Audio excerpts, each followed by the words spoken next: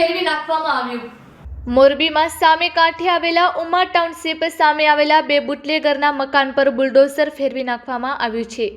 તે શાહી સુકાની નથી ત્યાં આજે બપોર બાદ મોરબીના ઇન્દિરાનગરમાં સરકારી જમીન પર દબાણ કરનાર 3 બુટલેગરોના બે મકાન પર તંત્રનું બુલડોઝર ફરી વળ્યું છે, જેથી કેટલાક બુટલેગરોમાં ફફડાટ વ્યાપી ગયો છે કે હવે પછી કોનો વારો આવે છે। આ બાબતે વાત કરીએ તો મોરબીના સામે કાંઠે મહેન્દ્રનગર નજીક આવેલા ઇન્દિરાનગરમાં સરકારી જમીન પર દબાણ કરનાર બુટલેગર લીલાબેન અવચરભાઈ સનુરા તથા વાલજી ઉર્ફે વાલો શામજીભાઈ બાબુભાઈ જંજવાડિયા તથા મનસુખભાઈ હનાભાઈ ચાવડાના રહેણાંક મકાન પર ડિમોલેશન કામગીરી હાથ ધરી દબાણ દૂર કરવાની કાર્યવાહી કરવામાં આવી છે।